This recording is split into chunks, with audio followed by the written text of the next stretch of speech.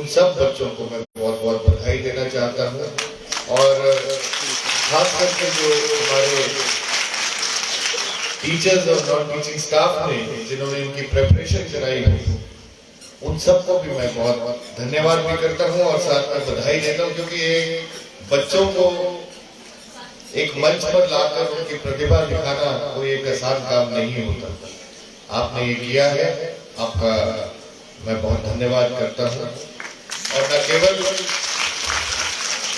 यहाँ पर इन बच्चों की प्रतिभा दिखाई देती है या बाहर आती है, लेकिन इनके लिए ये एक ऐसा मंच होता है जहां से इनका कॉन्फिडेंस लेवल बढ़कर आगे इनके भविष्य में जो भी इन्होंने करना हो उसमें बहुत मददगार साबित होता है। ऐसे कार्यक्रम स्कूल में होते रहे और अभी आपके प्रिंसिपल महोदय यहाँ पर आपकी एनुअल रिपोर्ट पढ़ रही थी, तो मुझे जानकर ये खुशी हुई कि +1 और +2 का जो आपका रिजल्ट है वो 100% है। आपको मैं बहुत बधाई देना चाहता हूँ।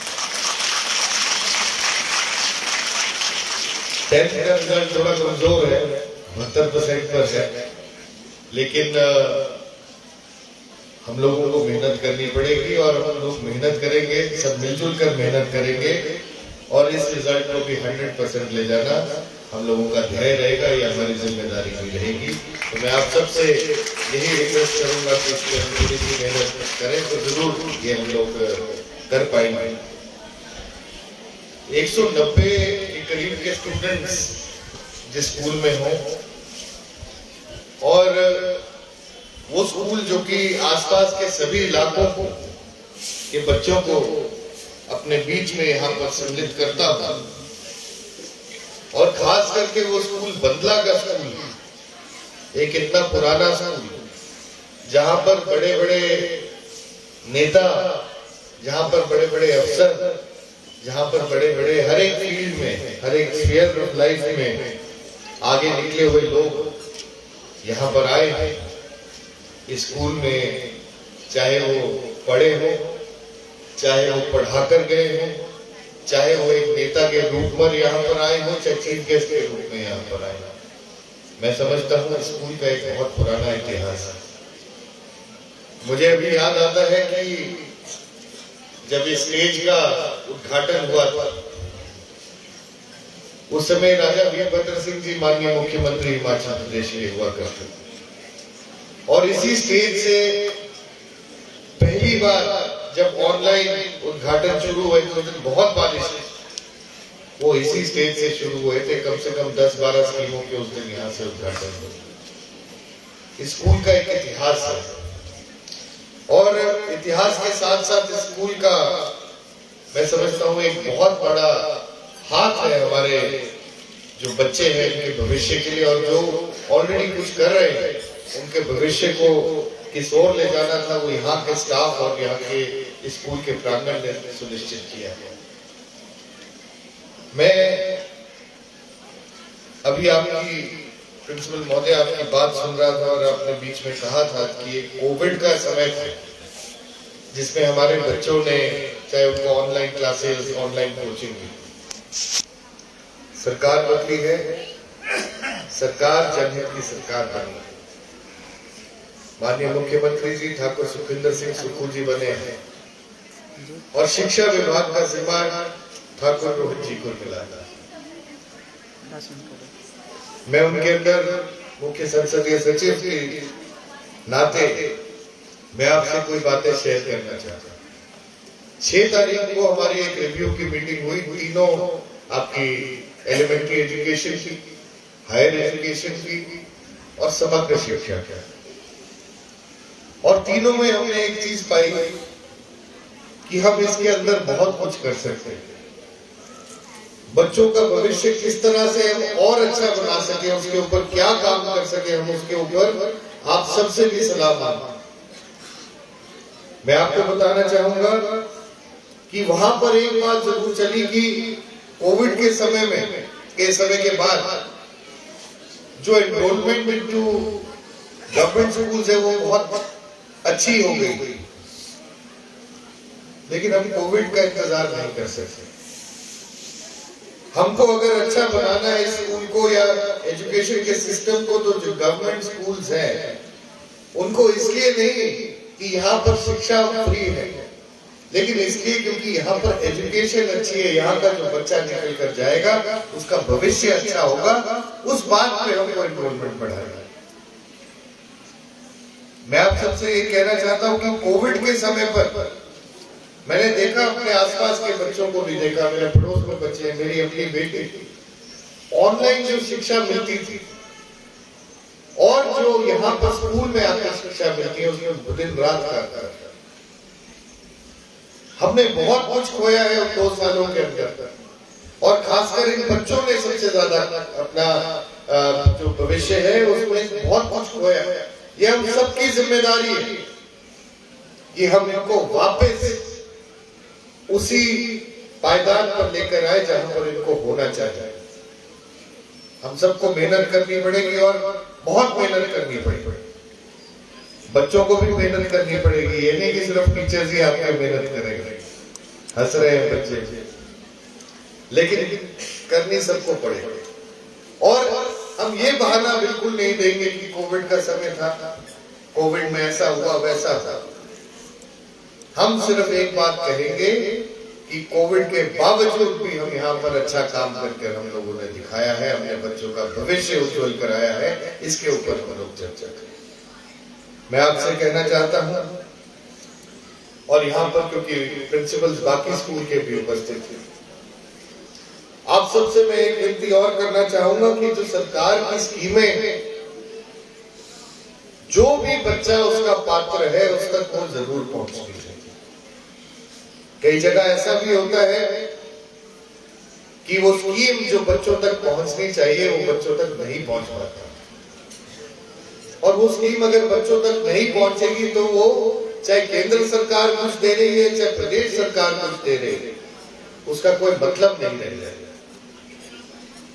और हम लोगों को जो लास्ट हमने रिव्यू किया उसमें ये भी हमने किया कि हर एक अवधि के बाद एक रिव्यू किया जाएगा, जिसके अंदर जो स्कीम में जो पैसा आ रहा है उस पैसे का कैसे सदुपयोग कहां पर हो पाया है और कहां पर नहीं हो पाया है, और उसकी जिम्मेदारी में एक अकाउंटेबिलिटी फिक्स की जाएगी। कृपया करके मैं आप सबसे यही विनती करूंगा कि ये जो मैं बात कह रहा हूं उसको बहुत सीरियसली लें, और हम जो ये जो एजुकेशन सिस्टम, इसको हमको स्टूडेंट सेंट्रिक करना है, ना कि किसी और के सेंट्रिक। आज आपने मुझे यहाँ पर बुलाया है और मैं बहुत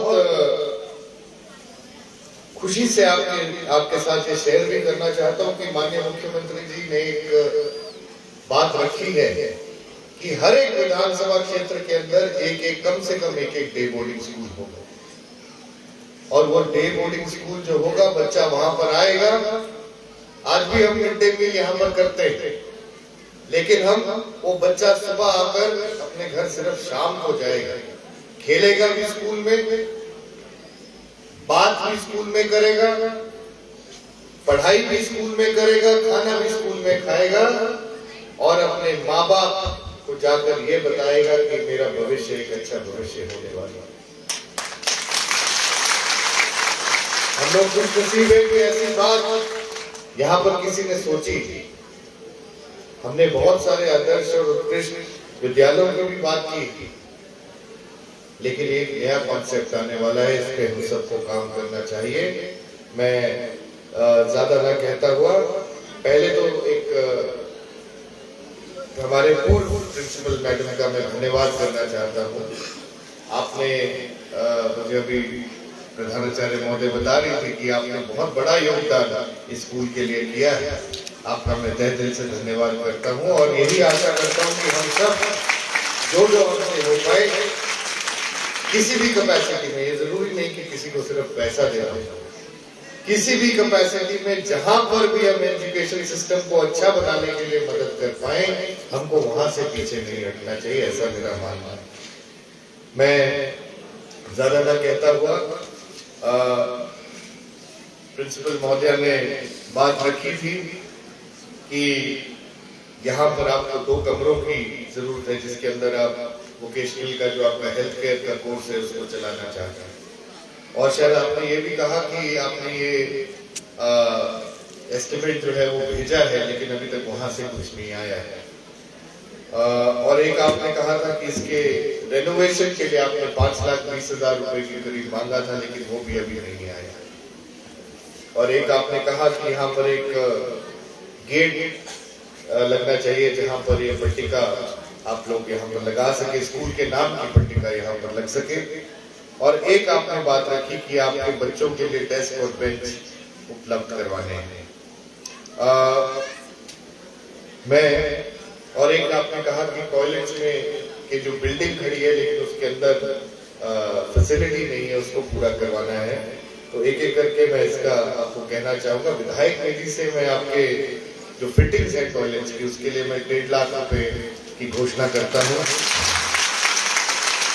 आपके जो आपने कहा है कि आपके हेल्थ केयर के लिए या किसी भी पर्पस के लिए, वो केवल हेल्थ केयर के लिए नहीं लेकिन किसी के लिए भी आपको जो 2 कमरों की आवश्यकता है और जिसका आपने बजट भेजा है, इसके भी मैं घोषणा आपके समक्ष यहाँ पर कर जाता हूँ।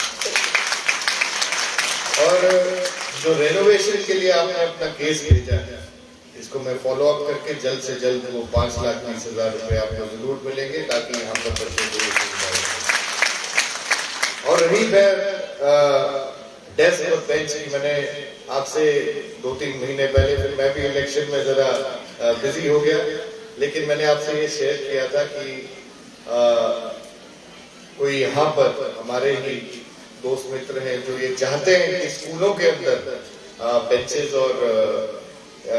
बेंचेस और डेस्क हम लोग प्रोवाइड कराएं बच्चों को। तो उनके जरिए भी आप मुझे कृपया करके एक लिखित तौर पे मुझे दें ताकि उनसे मैं कराऊं। और अनिल लाल जी यहाँ पर हमारे बीच में बैठे हैं, इनके स्कूल के अंदर इसी तरह से एक बिल्डिंग बनी जो कि हमारे वो मेरे रिश्तेदार भी हैं, उन्होंने कुछ पैसा देकर वहाँ पर एक बिल्डिंग बनाई। उसके बाद उसमें बेंचेस की भी प्रावधान, डेस्क का भी प्रावधान वहाँ पर उन्होंने किया। तो इसी तरह से हम लोग अपनी भागीदारी आपके स्कूल में भी निभाएंगे। आप अपनी जिम्मेदारी समझकर सब यहाँ पर इकट्ठे होकर इन बच्चों के लिए, इनके भविष्य के लिए हम लोग जरूर काम करेंगे। आप इस चीज के लिए निश्चिंत हो जाइए। धन की जो कमी है, अगर ऐसा आपको कहीं पर लगता है, आप केसेस यहाँ से भेजें, मेरे को बताएं। जो भी यहाँ के पालनपुर के जितने भी स्कूल हैं उनके बारे में भी आप, मैं जो यहाँ पर प्रधानाचार्य बैठे हैं उनसे भी मैं रिक्वेस्ट करूंगा कि जल्द से जल्द आप मुझे ये दें ताकि हम लोग ज्यादा से ज्यादा बजट अपने स्कूल्स के लिए यहाँ पर भी ला सके। आप सबका मैं एक तहे दिल से दोबारा से धन्यवाद करूंगा। गोपाल जी और जी का भी बहुत धन्यवाद। और मेरी तरफ से मैं 21,000 रुपए की धनराशि आपके जो कल्चरल प्रोग्राम है, ये सिर्फ बच्चों के जो कार्यक्रम है इन्हीं पे खर्च हो, मैं अपनी ओर से वो देना चाहूंगा। आप सबका बहुत धन्यवाद। जय हिंद और जय भारत।